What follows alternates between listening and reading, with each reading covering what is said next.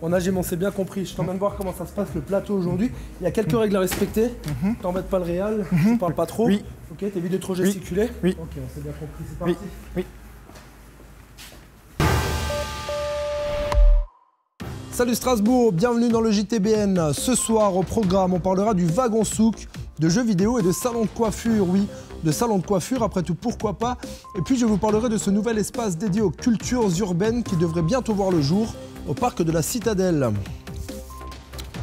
Cette semaine, pour notre mini-reportage, tournons les projecteurs vers le wagon souk, ouvert en mai 2019 par un couple de Strasbourgeois.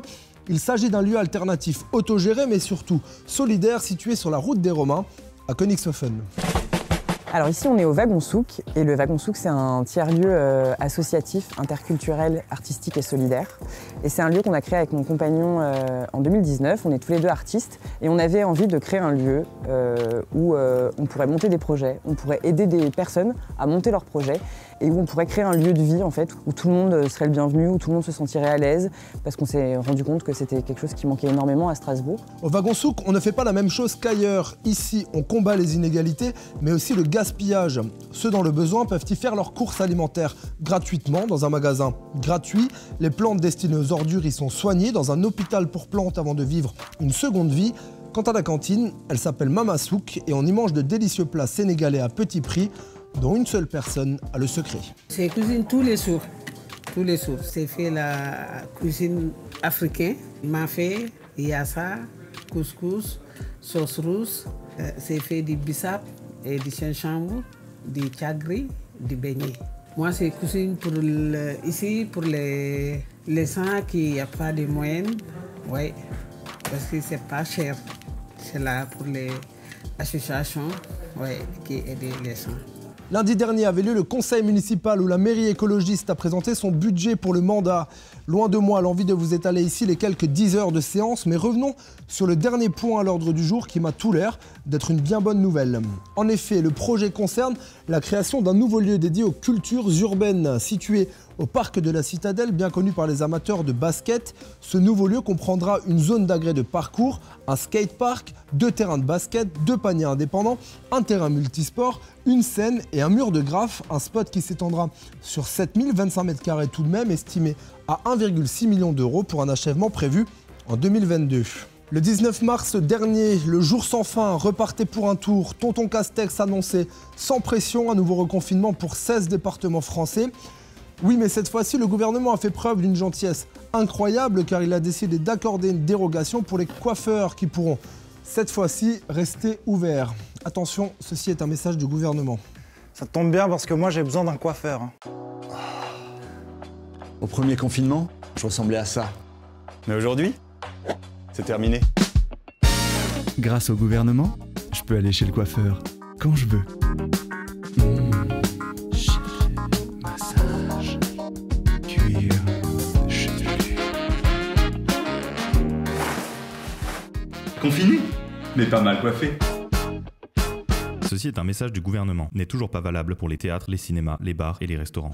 On reste à Strasbourg, mais en virtuel cette fois-ci. Depuis 2015, Luc Allette, un étudiant en informatique à l'université de Strasbourg, mène à l'aide d'une dizaine de passionnés le projet un peu fou de reproduire notre ville dans le jeu vidéo Minecraft, jeu dans lequel il est possible de créer des constructions à partir de blocs, comme on le ferait dans la vraie vie avec des Lego. L'objectif ici est de recréer, à minima, la grande île de Strasbourg. Et pour ces geeks aguerris, le diable se cache dans les détails qui s'illustrent jusque dans la reproduction de la place de l'homme de fer où le vrai temps d'attente des trams s'affiche en temps réel via les données fournies directement par la CTS. Reste à savoir si on peut aussi s'y taper des amendes pour avoir fraudé. À ce jour, 70% de la ville et jusqu'à 150 rues ont été reproduites. Et si le cœur vous en dit, sachez que l'association à l'initiative du projet Arencraft cherche du monde pour les aider. Sans transition, finissons ce JT à coups d'aérosol. Si Strasbourg a ses as de Minecraft, elle jouit aussi d'un riche vivier de street artistes, tous plus talentueux les uns que les autres, qui ont laissé leurs pattes un peu partout dans nos rues. Pour s'y retrouver et encourager la découverte, le site strasbourg.streetmap.eu a eu la bonne idée de recenser sur une carte interactive les œuvres mais aussi les meilleurs spots de graffiti et d'art de rue de la région. Les œuvres sont regroupées sous différents onglets et toutes ou presque y passent dans un catalogue somme toute plutôt exhaustif, des collages aux fresques en passant par les pochoirs ou les stickers.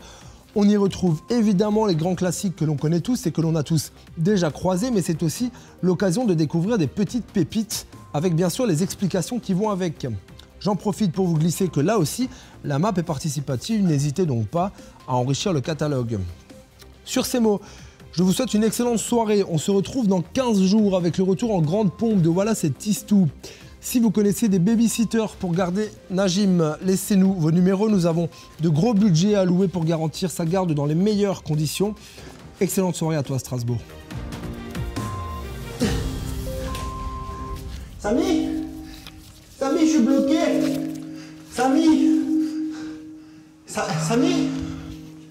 ah, je rigole pas. S'il vous plaît. Ok, je crois qu'elle était pas mal, elle.